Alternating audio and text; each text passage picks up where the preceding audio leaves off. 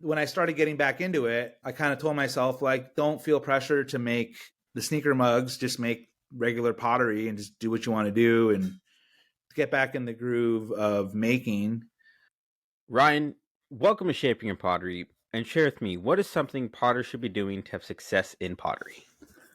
Well, I think the number one, I don't know, it's hard to say what the number one thing is. I think it's kind of one of those, everybody has to find what works best for them, but I definitely think that it's like such a like, I don't want to say oversaturated, but it's like so many people have been doing ceramics for so long, like literally like thousands and thousands of years. So there's part of it is like learning your basic, like your basics and being good at basics, but then there's also something to be said about like thinking outside of the box and like trying to figure out a way. If you're trying to be an artist or make or sell things, I think there's something to be said about trying to do something different and unique, which is really really hard. But you know that's what we do as artists. Is the idea is to do something that no one's ever seen before. And if you're doing ceramics, like best of luck because there's a lot of bowls and mugs out there that have been made for like thousands. I teach high school, so like part of my whole background as a ceramic artist is also being an educator and kind of going over all the like, you know, thousands and thousands of years ago, these nomadic people were wandering around and started making pottery and settled agriculture. So it's been around like forever. So how can you be different, but also know the basics because there's so many rules that you can break. And then, but before you know, what I tell my students is before you break the rules, you have to know all the rules. So, you know, good craftsmanship and solid Absolutely agree. foundation about how to make stuff and how the materials work and what are the limits of your like glazes and firing. But that's just practice and like lots of mistakes and you know I'm all about like failure and making mistakes and like that's how you get better and that's how you learn. So I absolutely love I don't that. know if that's Shaping the one Nation, thing, that's one thing, but that's something. Sorry. Shaping Nation. It's important to learn the basics, learn the rules of pottery, and then learn to break them as well once you start getting comfortable with that. I love that so much. So tell me the story how you got started in ceramics. My experience started when I was in high school. It was actually the summer before my freshman year. So I was an eighth grader going into freshman year, and I was able to take summer school. And my mom was like, "You got to go summer school because you can't just sit around the house and play Nintendo." I'm 46, so this is like 1992. And my neighbor's like, "Oh, I'm taking ceramics." I'm like, "Oh, that sounds like fun." Like I think I did it once in like kindergarten or first grade, and it was mainly a wheel throwing class. This is at Claremont High School in Southern California, and it was mainly a wheel throwing class, and it was summer, so it was like I don't know how many weeks it was, maybe like 3 weeks for 2, 3, 4 hours a day. I can't remember what it was, but I remember everybody was on the wheel. It was all Lockerbie kick wheels, and I really was not very good at it. I sucked at it, but I remember it was a mixed class where there was beginner and advanced, and there were a bunch of like seniors or there were juniors going into their senior year that were all like the football players. They were all dudes, and they were all like throwing like third of like 2/3 of a bag or a bag of clay like up to their elbow.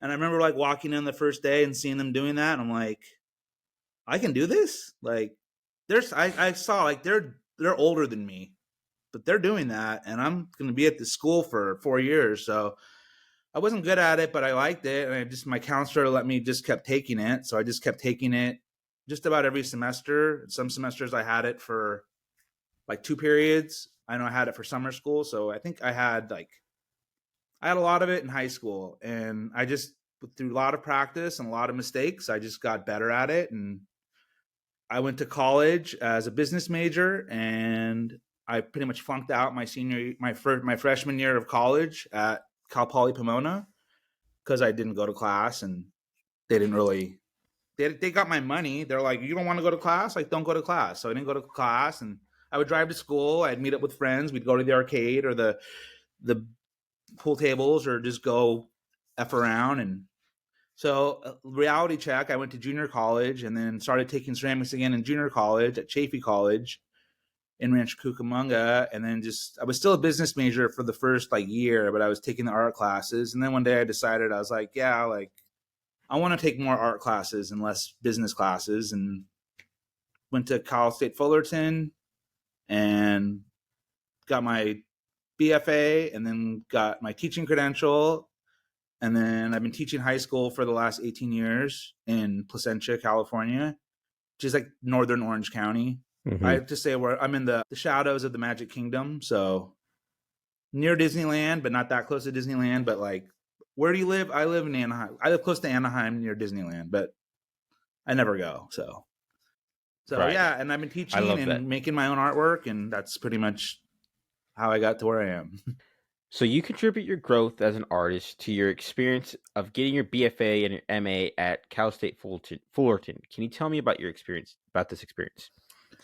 Yeah, I think part of my growth was really being around people that were better than me, that I felt like I could like learn from, and like had different perspectives, and just being in that like community environment, especially looking back now as being like a high school teacher, whereas I kind of create the environment, I kind of create the culture in the classroom, and I'm basically the teacher, the expert. So which is kind of a joke. Like, yeah, like I know what I'm talking about, but at the same time, I feel like I'm still learning so much. So really, like when I was at Cal State Fullerton, I had that, and also at Chaffey College, it was just more of that like growth mindset, like getting assigned assignments, like you have to make this or make something like this. Which, to be honest, my both my teachers I had at Cal State Fullerton and Chaffey were kind of under the. They were both older guys, Vincent Suez and Chris Gonzalez. They both went to Claremont Graduate School with Paul Soldner, and they both kind of had that like, I don't know, here's the clay, here's the glazes, go figure it out kind of attitude towards teaching. So it was a lot of like all the students were all kind of like helping each other and teaching each other. Not that the instructors weren't helpful, but they were more of just this like, hey man, like you want to be here? Here's the stuff. Like here's the studio. Like get to work. Like make your stuff. So we didn't have a lot of like assignments.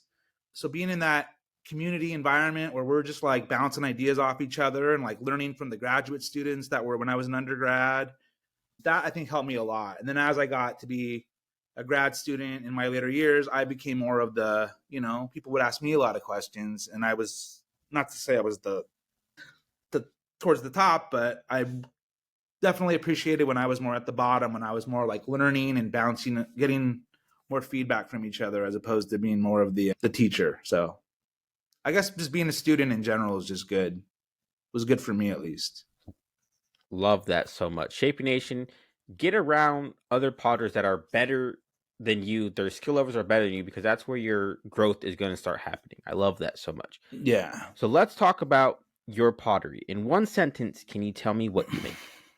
What do I make? I make various versions of mugs.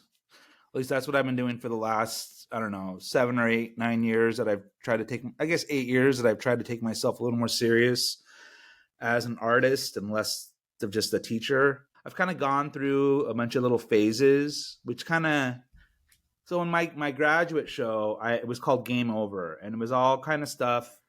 It wasn't very literally based off of like video games, but it was very much based off of like my youth and growing up in the 80s and kind of having this like visual vocabulary of like Pac-Man and Star Wars and all these, pop culture things that I grew up on. And I kind of came up with like this idea that like I made up the game. And the game was like lines and dots. So I could only use like lines and dots on my pottery because I would be someone that would be overwhelm it with just using too much stuff. So I kind of made up like a game for my graduate show. And that idea kind of continued into, it's a game I play in my brain. It's no one game for anybody else, but it's a game I play in my brain where I'm limiting the amount of tools I can use to decorate because my whole thing is like throwing and altering.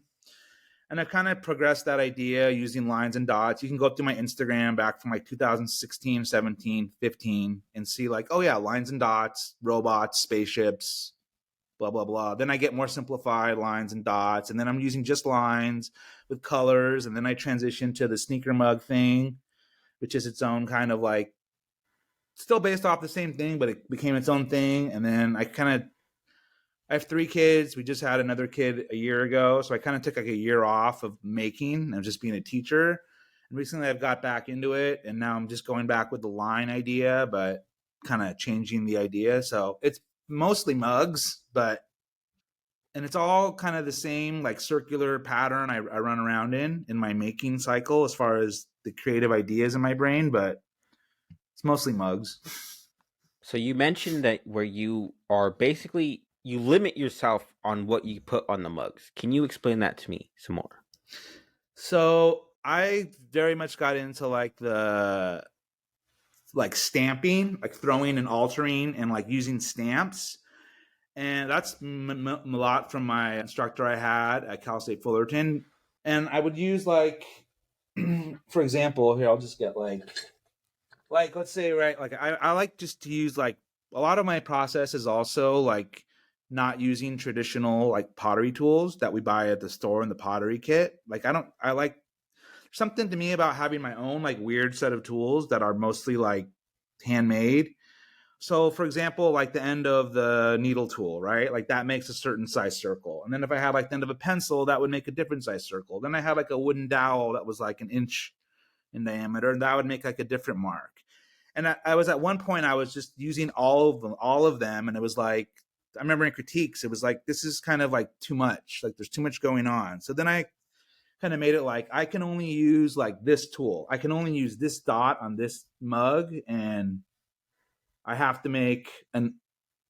I'm also weird with numbers, so I have to make things in multiples of 3 all the time.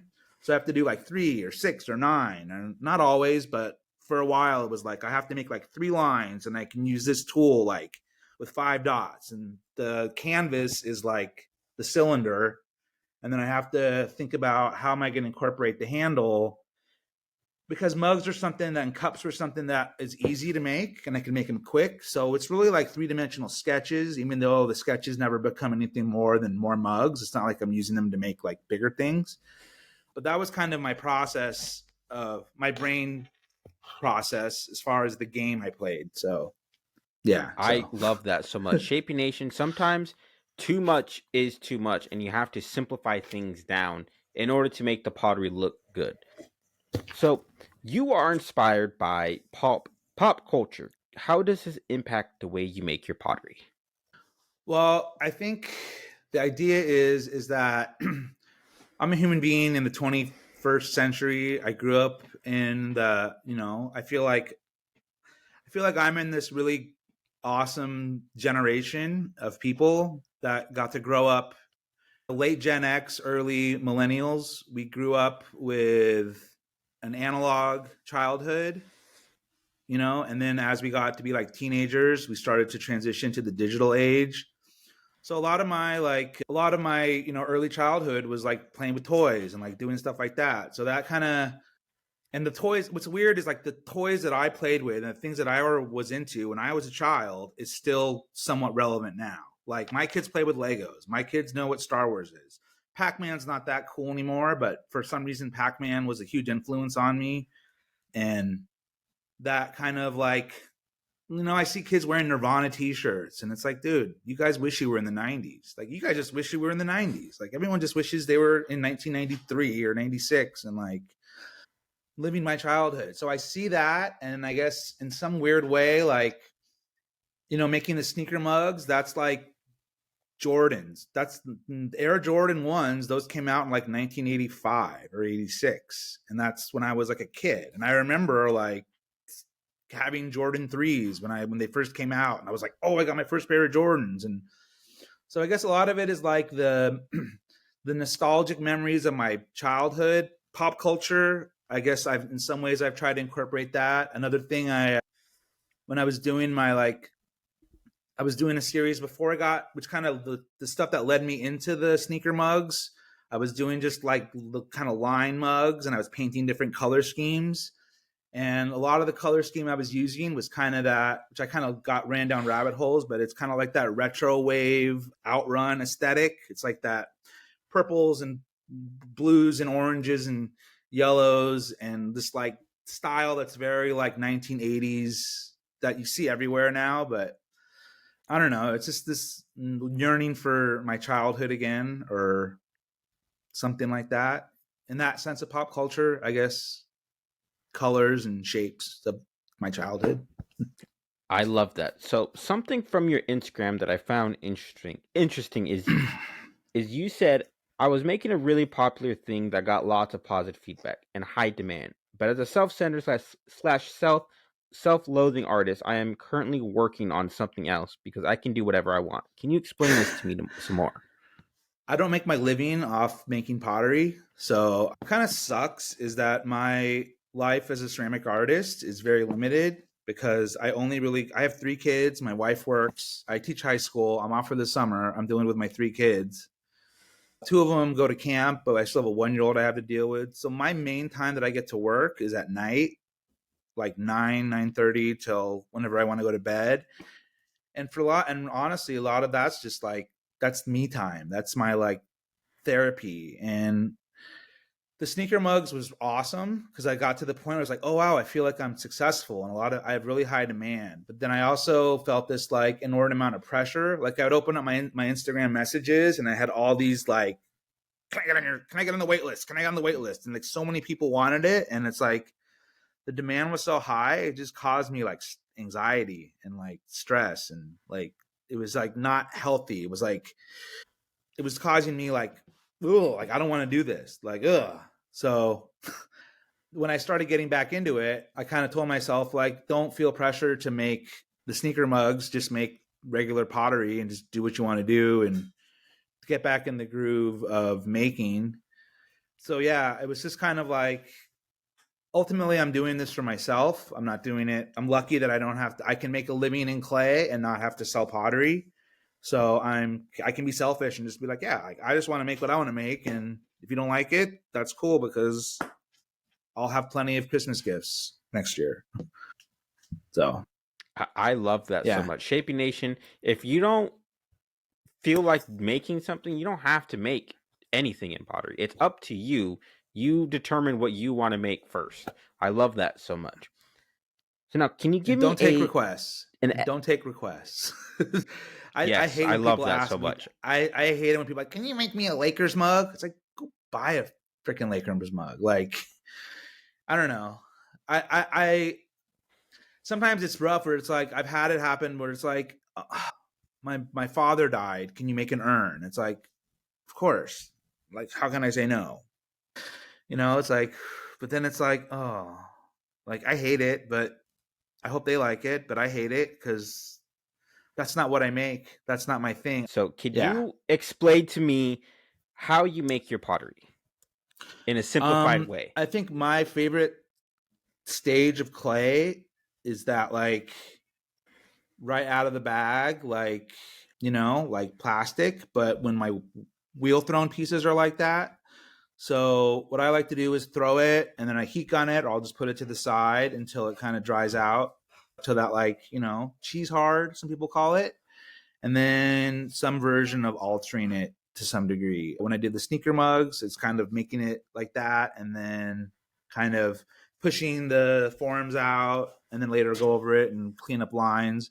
The process I'm doing now is I'm putting the lines in when it's, thrown, and then once it firms up, I start to move the shapes around a little. So it's really just throwing and altering and using variety of tools that are outside of the box. Like I've been doing the line pots lately, and I was using this tool. It's like for your YouTube people. It's like a you know scraping tool for tiling. Before that, I have a variety of like combs I was going through, and trying to find the right thickness of lines and depth of lines. I even tried using one of my like hair clipping tools. And then I just recently went to Home Depot and got myself some trowels with some nice grooves on it. So it's like my process is kind of throwing and altering, but also using lots of unconventional tools to make marks and for the process. Love that so much. So, let's talk about discovering your voice.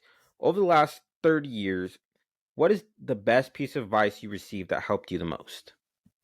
Make a lot of shit, make a lot of stuff, make a lot of work. like just work. I mean, I think one of the experiences I think was kind of a good lesson for me when I was at my first semester at Cal State Fullerton.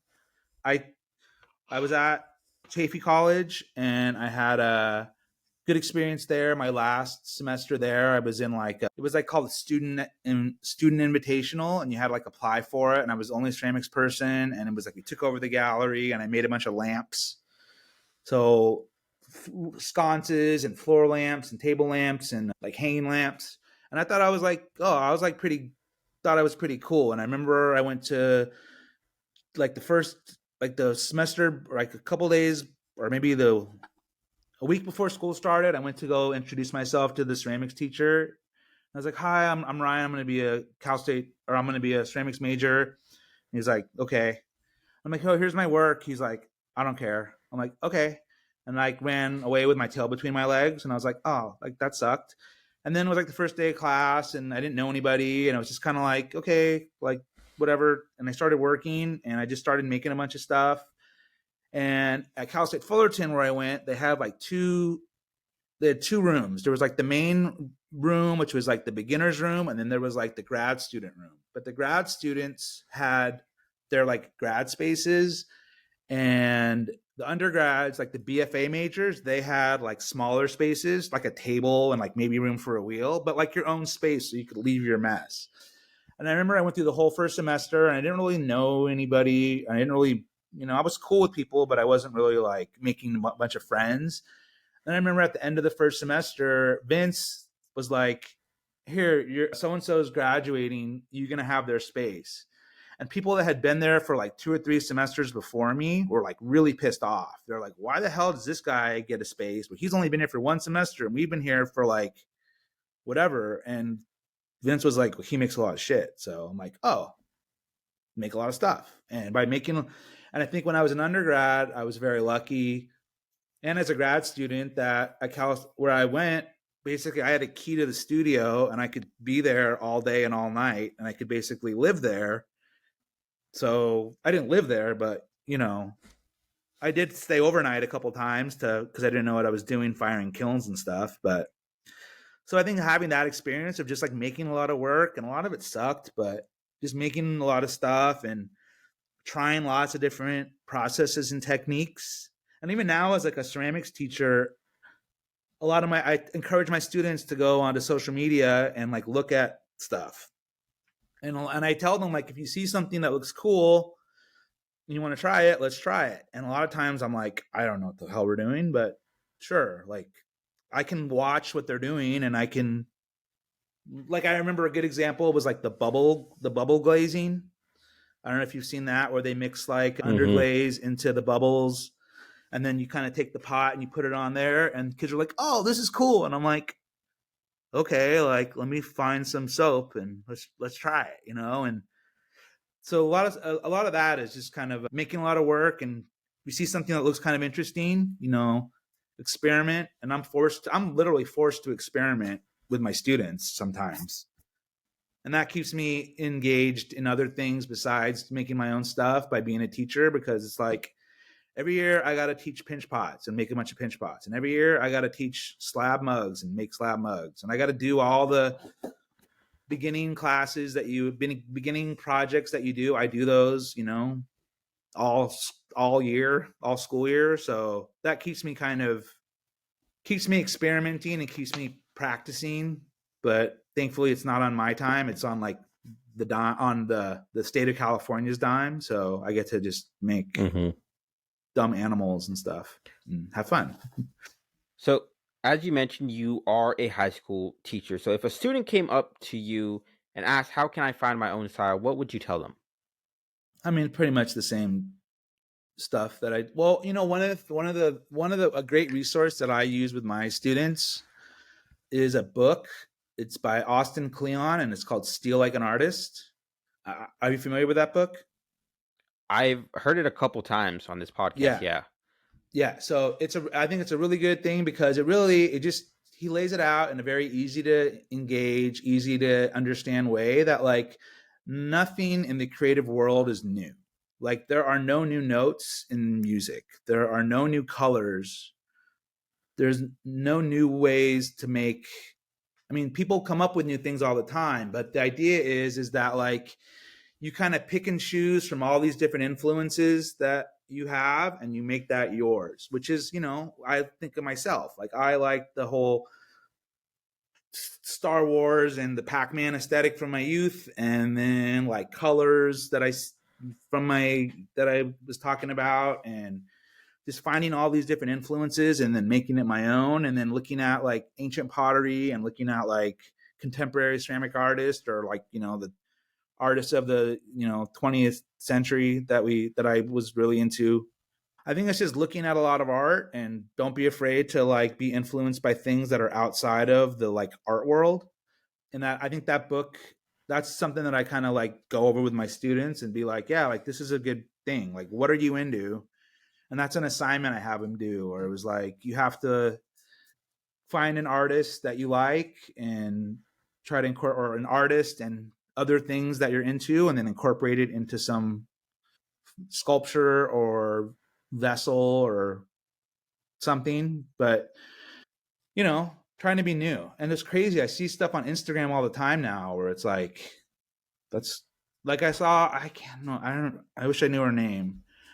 But I see a lot of just really cool, like I'm not into anime. Nothing wrong with anime. Don't, anime community, don't come after me. But anime is really cool, and to see like people doing like this girl who just does amazing like illustrations of the anime with underglaze, and I'm like, that's like, I show my students, I'm like, look, you like anime. Look, there's anime on pottery. You can paint your anime character that you draw on everything onto pottery. And then they're just like, eh. But I'm like, well, this is cool though. Like, whatever you're into. I have kids where I teach who are into like graffiti, and that kind of art. And I have a big appreciation for like street art and graffiti. So I'll have students, I'm like, here, like make a plate and like tag the plate, make a little slab plate and turn it into like a piece, and I had a student last year that did that on a few things, and it was like cool. Like, take your outside influences and bring it into ceramics.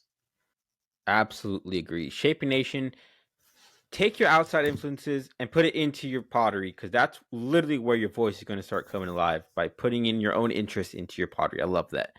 So, as we're coming to a close here, what is one thing you want to hammer home with my audience today? I don't know.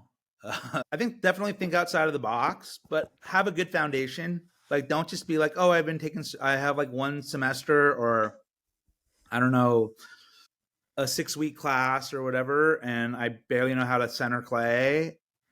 I don't think you should be thinking outside of the box. I think you should know. I think you should be able to efficiently make basic pottery before you start getting super experimental, because it's a lot easier to be experimental when you can make a bunch of stuff quick, and if it doesn't work out, you're not like heartbroken.